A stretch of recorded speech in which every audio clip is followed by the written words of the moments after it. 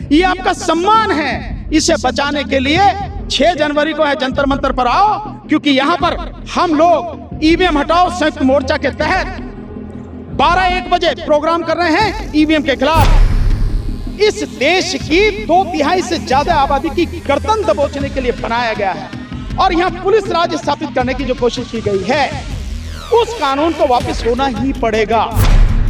Guinness book of world record में लिखा जाना चाहिए कि मोदी जी इस धरती पर सबसे झूठे एक प्रशासक हैं, प्रधानमंत्री हैं। जैसे मोदी जी ने कृषि कानून वापस लिए, इसी तरह से इस कानून को वापस लेने की घोषणा करें बाकायदा और संसद में बिल लाके इनको वापस करें। बात खत्म। काय की बात करनी है, हमें बात करने की जरूरत नहीं। और दुर्घटनाओं के कई कारण हैं। आपकी सड़क अच्छी नहीं है, रोड्स आपके बेकार हैं। इस देश में केवल जो एक्सीडेंट होते हैं गड्ढों के माध्यम से, टूटी हुई सड़कों के माध्यम से, 18% लोगों की मौत उसी में हो जाती है। सरकार पुलिस के हाथों में छोड़ने वाली है उनकी लूट के लिए। और उसके बाद होगा क्या? पुलिस और ट्रांसपोर्ट डिपार्टमेंट के जो लोग हैं, आरटीओ, एआरटी वगैरह, इनकी लूट बढ़ेगी।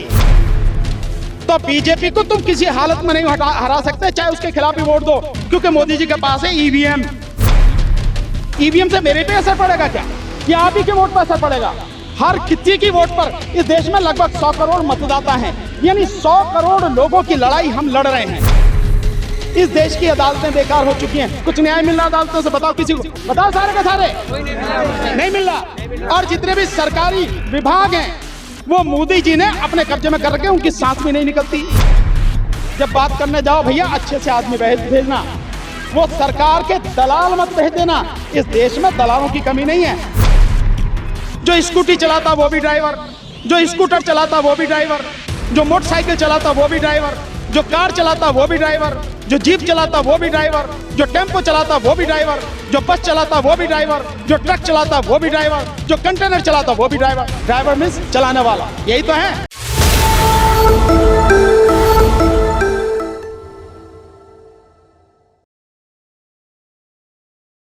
और देखो मैं इसलिए आया भैया, मैं भी तो ड्राइवर हूँ, गाड़ी नहीं चलाता मैं, मेरे धोरे भी तो कार है, तो मैं भी ड्राइवर हूँ।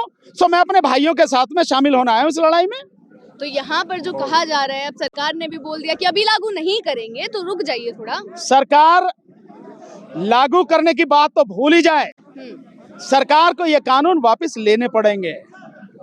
ये कानून वापस लाना पड़ेगा। लागू करने की तो बहुत दूर की बात है सरकार की। जो सरकार कह रही है हम लागू नहीं करेंगे, अगर लागू करना तो जरा सी देर का काम है, तो बहुत बड़ा काम है इसमें। 1 दिन में लागू हो जाएगा। सरकार अपने जो गजट में छपवा के कह देगी कल से लागू, बात खत्म हो गई। बात ये नहीं है। जो कानून इस देश की 2/3 से ज्यादा आबादी की गर्दन दबोचने के लिए बनाया गया है और यहाँ पुलिस राज स्थापित करने की जो कोशिश की गई है, उस कानून को वापस होना ही पड़ेगा। और सरकार आश्वासन भी इसलिए दे रही है क्योंकि देश के बहुत बड़े हिस्से में चक्का जाम है। हमारे ड्राइवर भाइयों ने जिस तरह से चक्का जाम किया, उसकी वजह से ये सारी चीजें हो रही हैं। तो सरकार को कानून वापस लाना पड़ेगा। 2 दिन में इस तरीके की चीजें आ गई, सरकार ने बात भी कर ली, सहमति भी बन गई। 2 दिन से सिर्फ हड़ताल हुई है, अगर आगे चलती रही तो क्या तस्वीरें होंगी? देखिए, जो बात करने की बात है वो भी ड्राइवरों ने बात नहीं की है। जो कुछ लोग हैं, जो इस देश में बिकाऊ लोगों की कमी नहीं है, वो कोई एसोसिएशन है या कोई है, उन लोगों के माध्यम से जो सरकार से बात हुई है, बात इनसे होनी है। इफेक्टेड ये लोग हैं, पहले इनसे बात करो आके, तब जाके अगर इनसे कोई बात होती है तब जाके सरकार कहे कि बात हो रही है। और बात में क्या आश्वासन क्या देना है? अभी यहाँ बात हो रही है कि भाई आश्वासन दिया सरकार ने। काहे का आश्वासन है सरकार का? मोदी जी तो इस दुनिया में झूठे नंबर 1 है। Guinness book of world record में लिखा जाना चाहिए कि मोदी जी इस धरती पर सबसे झूठे एक प्रशासक हैं, प्रधानमंत्री हैं। उनकी बात का क्या भरोसा है भाई? या गृह मंत्री की बात का क्या भरोसा है? आप तो मौखिक आश्वासन की कह रहे हैं, मैं कह रहा हूँ वो लिखित में दे दें तो भी यू टर्न लगा दे तो क्या दिक्कत है? आपने देखा नहीं सीए एनआरसी के आंदोलन में पहले उन्होंने कहा कि सीए एनआरसी लागू होगा और उसके बाद में अमित शाह भी नाट गए। अमित शाह ने तो संसद में कहा, अमित शाह भी मुकर गए। और यहाँ दिल्ली में जो रामलीला मैदान में रैली थी उसमें मोदी जी ने कहा कहाँ बात हुई सीए एनआरसी की। सो वो यू टर्न लेने में नंबर 1 है, झूठ बोलने में नंबर 1 है। कभी बहुत सीधा सा है। जो हमारे ड्राइवर भाई हैं, साथी हैं, इनकी डिमांड बहुत सीधी सी होनी चाहिए। हमें सरकार से कोई बात नहीं करनी, हम सड़क पर संघर्ष कर रहे हैं। जैसे मोदी जी ने कृषि कानून वापस लिए, इसी तरह से इस कानून को वापस लेने की घोषणा करें बाकायदा और संसद में बिल लाके इनको वापस करें। बात खत्म। काय की बात करनी है, हमें बात करने की जरूरत ही नहीं है। सरकार की तरफ से इतने तर्क दिए जा रहे हैं, उनमें से सबसे बड़ा तर्क ये कि सड़क दुर्घटनाओं को कम करना है, इसलिए सख्ताई बरती जानी जरूरी है। तो सरकार फिर इसके लिए आंकड़े दे। आंकड़े कैसे? अब से कुछ समय पहले, 2-3 साल पहले सरकार ने जुर्माने बढ़ाए थे, जैसे इसमें किया है, उसमें भी जुर्माने बढ़ाए थे। 1000 से 10,000 कर दिए गए, 2000 से 12,000 कर दिए गए, 5,000 कर दिए गए। तो सरकार पहले उसका आंकड़ा बताए कि जिस समय वो कानून वो सरकार लेकर आई थी, इस एक्ट में जो है, मोटर व्हीकल एक्ट में सरकार ने संशोधन किया था, क्या उसके बाद में दुर्घटनाओं में कमी आई? आंकड़े दिए सरकार ने? नहीं दिए।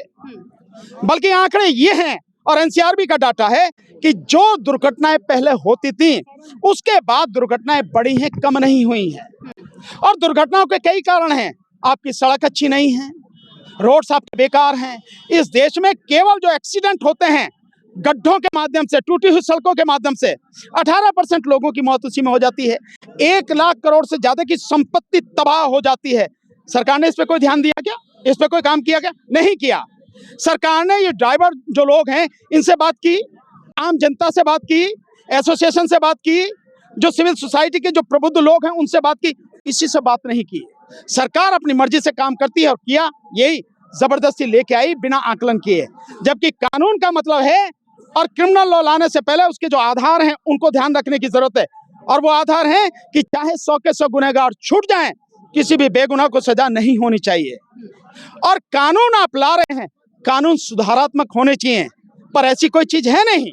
इस कानून के बाद इन जो गरीब ये बेचारे ड्राइवर हैं, और केवल ड्राइवर ही नहीं, इन गाड़ियों के मालिक, इन सबको सरकार पुलिस के हाथों में छोड़ने वाली है, उनकी लूट के लिए। और उसके बाद होगा क्या? पुलिस और ट्रांसपोर्ट डिपार्टमेंट के जो लोग हैं, आरटीओ, एआरटीओ वगैरह, इनकी लूट बढ़ेगी, और ये लोग केवल उस लूट का शिकार होंगे। इस दुर्घटनाओं में किसी में कोई कमी होने वाली नहीं है। सर, तर्क ये भी है कि विक्टिम का भी तो सोचा जाना चाहिए। सिर्फ ड्राइवर्स का अगर हम पक्ष देख रहे हैं तो विक्टिम का क्या? निश्चित रूप से विक्टिम का सोचा जाना चाहिए, लेकिन उससे पहले ये होना चाहिए कि इन्वेस्टिगेशन प्रॉपर तरीके से हुई है या नहीं हुई है, सही तरीके से हुई है या नहीं हुई है। आपने जो रोड्स बनाए हैं उनको बाकायदा, जो रोड्स के नियम हैं, जो स्टैंडर्ड है, उसके हिसाब से बनाया आपने? जो नियम बनाए जा रहे हैं, ये जिनको फॉलो कराने की बात है, क्या वो है या नहीं है? अगर आप उनको नहीं करते हैं और उनकी सुविधा का, उनकी सुरक्षा का ध्यान नहीं रखते हैं, तो कैसे ये कम होंगे? ये तो आप कर नहीं रहे। आप केवल जुर्माने लगाते चले जा रहे हैं, जुर्माने बढ़ाते चले जा रहे हैं। आदमी गाड़ी लेके आता है, गाड़ी उसकी रोड पे जब आती है, जब लाखों रुपए टैक्स देके आता है, रोड टैक्स ही होता है ना, उसके बाद में आके गाड़ी जो रजिस्टर करानी है उसके लिए टैक्स, उसके बाद में जितने भी चलेगा आदमी, तो पूरे देश में किसी कोने में चले जाओ, आपके पास टोल टैक्स यानी टैक्स ही दे रहा है आदमी। उसे खाने के लिए रोटी वोटी भी छोड़ोगे कि नहीं छोड़ोगे? हर चीज पे टैक्स दे रहा, और सेस दे रहा है, सेस भी दे रहा है। यानी कि सरकार ने इस सारे चीज को लूट का एक जबरदस्त जरिया बना लिया है। इसका विरोध हर व्यक्ति को करना चाहिए। सर, आखिरी सवाल से खत्म करेंगे। सोशल मीडिया पे ऐसी वीडियोस वायरल हो रही है कि ट्रक ड्राइवर सब बोल रहे हैं कि हमने बीजेपी को चुना था, बीजेपी को वोट दी थी, लेकिन अब जब इस प्रकार के अगर कानून आएंगे तो 2024 भी नजदीक है, ज्यादा समय है नहीं, तो वो लोग भी इसका विरोध करेंगे, 2024 में नतीजे दिखाई देंगे। अरे 2024 के नतीजे तो बाद में है। अगर तुम ये मानते हो, ड्राइवर भाइयों से मेरा कहना है, अगर ये मानते हो कि तुमने बीजेपी को चुना, तो बीजेपी को तुम किसी हालत में नहीं हरा सकते, चाहे उसके खिलाफ ही वोट दो, क्योंकि मोदी जी के पास है ईवीएम। अगर मोदी जी को हटाना है, इस सरकार को हराना है, उखाड़ फेंकना है, तो पहले ईवीएम को हटाना पड़ेगा, तब बैलेट पेपर से चुनाव कराना पड़ेगा, तभी मोदी जी हटेंगे, नहीं तो नहीं हटेंगे। आप कितने शोर मचाते रहो, कुछ नहीं होने वाला। और इसीलिए 6 जनवरी को, अब से 2 दिन बाद, इसी जंतर मंतर पर हम लोग जो प्रदर्शन कर रहे हैं, ईवीएम हटाओ संयुक्त मोर्चा के तहत, हमारा जो कार्यक्रम है 12-1 बजे यहाँ शुरू होगा और शाम 5 बजे तक चलेगा। मेरा सभी ड्राइवर भाइयों से, इस देश के सभी लोगों से मेरा निवेदन है, जो भी इस सरकार से परेशान है, मोदी सरकार से परेशान है, आओ हमारे साथ आओ, खड़े हो, जन आंदोलन बनाओ और ईवीएम को हटवाओ। उसके बाद में मोदी जी की विदाई की तैयारी होगी, नहीं तो नहीं हटेंगे। मोदी जी आप कुछ भी कर लेना, ईवीएम ऐसा हथियार है जिसके माध्यम से जितनी चाहे वोट वह घर बैठ के छाप लेते हैं। सर, अगर इन ड्राइवर्स की वजह से 2 दिन तक भारत जैसी चीज रुक सकती है, कहीं ना कहीं रफ्तार इतनी धीमी हो सकती है सिर्फ 2 दिन में, अगर ये लोग उस आंदोलन में जुटते हैं ईवीएम वाले में, तो किस प्रकार की चीज हो जाएगी? भाई चुनना पड़ेगा इन्हें, इनको चुनने में क्या दिक्कत है? वोट इनकी नहीं है क्या? इनकी वोट लूटी नहीं जाती क्या? ईवीएम से मेरे पे असर पड़ेगा क्या, या आप ही के वोट पर असर पड़ेगा? हर किसी की वोट पर इस देश में लगभग 100 करोड़ मतदाता हैं, यानी 100 करोड़ लोगों की लड़ाई हम लड़ रहे हैं, तो साथ नहीं दोगे क्या? और फिर कहोगे कि जो चीज करनी चाहिए, जहां आपको चोट करनी चाहिए वहां तो करते नहीं, चोट करते नहीं, लड़ते नहीं, और कहते हैं जो मोदी जी को हटा दोगे। मोदी जी को कोई नहीं हटा सकता, ईवीएम है। इसी तो मैं कह रहा हूँ सारे के सारे आओ। मैं अभी इन मंच से कहा भाई मेरे ईवीएम की लड़ाई में 6 जनवरी को यहाँ आओ, हमारे साथ कंधे से कंधा, कदम से कदम मिला के चलो। इस देश की अदालतें बेकार हो चुकी हैं, कुछ न्याय मिल रहा अदालतों से? बताओ किसी को, बताओ सारे के सारे नहीं मिल रहा। और जितने भी सरकारी विभाग हैं वो मोदी जी ने अपने कब्जे में कर रखे, उनकी सांस भी नहीं निकलती, तो बचेगा कैसे देश? ऐसी स्थिति में केवल और केवल इतिहास को उठा के देखो, देश तभी बचेगा जब जन आंदोलन होगा। और ईवीएम का मुद्दा ऐसा मुद्दा है जो हर किसी का मुद्दा है, इस देश को बचाने का मुद्दा है, देश की जनता का मुद्दा है। इस पर एक साथ हो जाओ, जन आंदोलन बनाओ, और फिर उसके बाद में बैलेट पेपर से चुनाव करा के इस देश में मोदी सत्ता को हटाओ। क्योंकि मैं जानता हूं मोदी जी बहुत ही कहते हैं कि दुनिया उनको बड़ा पसंद करती है, लोग बड़ा पसंद करते हैं, भारत के 60% से ज्यादा लोग चाहते हैं। मोदी जी मैं आपको चुनौती देता हूं, बार बार चुनौती दे रहा हूं, अगर हिम्मत है ईवीएम को हटा के बैलेट पेपर से चुनाव कराओ, तुम अपनी जमानत बचा जाओ तो बहुत बड़ी बात समझना। 40 सीटें नहीं मिलेंगी बीजेपी को अगर बैलेट पेपर से चुनाव हो गया, तो ये लड़ाई वो है, सब लोग साथ दो। उनको ध्यान में रखें, जो मरीज हैं, जो बीमार लोग हैं, जो एम्बुलेंस है, उन्हें ना रोकें, उनका रास्ता ना रोकें, उन्हें आने दें, उन्हें जाने दें, वो हमारे अपने ही लोग हैं, उन्हें दिक्कत नहीं होनी चाहिए। दिक्कत सरकार को होनी चाहिए, और सरकार को दिक्कत हो रही है तभी सरकार बातचीत की बात कर रही है। और दूसरा, जब बात करने जाओ भैया अच्छे से आदमी भेजना, वो सरकार के दलाल मत भेज देना। इस देश में दलालों की कमी नहीं है, सरकार के पास पैसा अंधाधुंधा, खरीदने वालों की भी कोई मतलब बिकने वालों की भी कोई दिक्कत नहीं है। बहुत लोग बिक रहे हैं तो उन पर भरोसा नहीं करना। ड्राइवरों से मेरी निवेदन है, अपनी एसोसिएशन बनाएं, अपने जो मजबूत ईमानदार अच्छे साथी हैं उनकी कमेटी बनाएं, और उनको भेजें वहां से मिलने, और उनको ये कह के भेजें कि जो भी बात करके आवे पहले हमें बताइए, हाँ मत करिए। सरकार से हाँ करने से पहले हमें बताना कि ये बात है। जब हम इस बात से सहमत हो, हाँ कि हाँ आप बात करो, इसको फाइनल करो, तभी करना, नहीं तो नेता कभी भी धोखा दे सकते हैं। देश इस बात को जानता है। आखिरी सवाल, 24 में चुनाव है, चुनाव से पहले इस तरह का कानून पास कराना, उसको लागू करना, सरकार की इसमें क्या मंशा नजर आती है? 2024 के मतलब चुनाव हैं, उनको आसानी से जीत सके सरकार, कोई भी किसी कोने से विरोध न कर सके, और विरोध करे तो उसकी गर्दन दबा दी जाए। सिर्फ इसी के लिए ये कानून लेकर आई है सरकार, और ये कानून इसलिए लेकर आई है कि जब ईवीएम से चुनाव सरकार जीतने की सारी कोशिश करेगी, उस समय इस सरकार के खिलाफ कोई भी कुछ ना बोल सके, कहीं से लोग इकट्ठे ना हो सके, कहीं इधर उधर आ जा ना सके। इसके लिए सारी चीजें की जा रही हैं। लेकिन ये तो हड्डी बनता हुआ दिखाई दे रहा है ना, विरोध हो रहा है ना, देखिए आप भी आए हैं। बिल्कुल हड्डी बनना चाहिए, और सरकार को समझ जाना चाहिए कि अभी भी अगर आप नहीं मानोगे, कानून वापस नहीं लोगे, तो स्थिति इससे भी भयानक होगी। सर एक सवाल ले लीजिए, ये तो तमाम ड्राइवरों के ऊपर ये कानून लागू हो रहा है ना, जो 2 व्हीलर हो, 4 व्हीलर हो या ट्रक ड्राइवर हो, क्योंकि नैरेटिव ये बनाया जा रहा है कि सिर्फ ट्रक ड्राइवर पे लागू हो रहा है। ड्राइवर कौन होता है भाई? जो चलावे, ड्राइव करे, जो स्कूटी चलाता वो भी ड्राइवर, जो स्कूटर चलाता वो भी ड्राइवर, जो मोटरसाइकिल चलाता वो भी ड्राइवर, जो कार चलाता वो भी ड्राइवर, जो जीप चलाता वो भी ड्राइवर, जो टेम्पो चलाता वो भी ड्राइवर, जो बस चलाता वो भी ड्राइवर, जो ट्रक चलाता वो भी ड्राइवर, जो कंटेनर चलाता वो भी ड्राइवर। ड्राइवर मीन्स चलाने वाला, यही तो है हर किसी। इसलिए तो मैंने कहा भी कि देश में हर तीसरा व्यक्ति ड्राइवर है। इतनी बड़ी आबादी की गर्दन दबोचने के लिए सरकार ये काम कर रही है, जो गलत।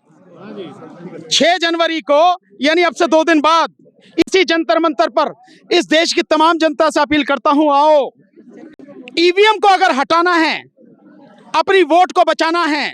बड़ी मुश्किल से मिली आपको ये वोट, यही वोट है जिसके सामने नेता नाचते हैं, आपके पैर छूते हैं। इसी वोट को बचाना जरूरी है। ये बहन बेटी की इज्जत आबरू की तरह कीमती है, ये आपकी रोजी रोटी है, रोटी कपड़ा और मकान है, ये आपकी शिक्षा है, ये आपकी नौकरी है, ये आपका रोजगार है, ये आपका सम्मान है। इसे बचाने के लिए 6 जनवरी को है जंतर मंतर पर आओ, क्योंकि यहाँ पर हम लोग ईवीएम हटाओ संयुक्त मोर्चा के तहत 12-1 बजे प्रोग्राम कर रहे हैं ईवीएम के खिलाफ। जन आंदोलन ये बन सके उसके लिए आप सबसे अपील है, आओ भैया अपनी वोट बचाओ और बैलेट पेपर से चुनाव कराओ, तभी सरकार की जातियों से बच पाओगे। बहुत बढ़िया, नमस्कार। बहुत बढ़िया, बहुत बढ़िया।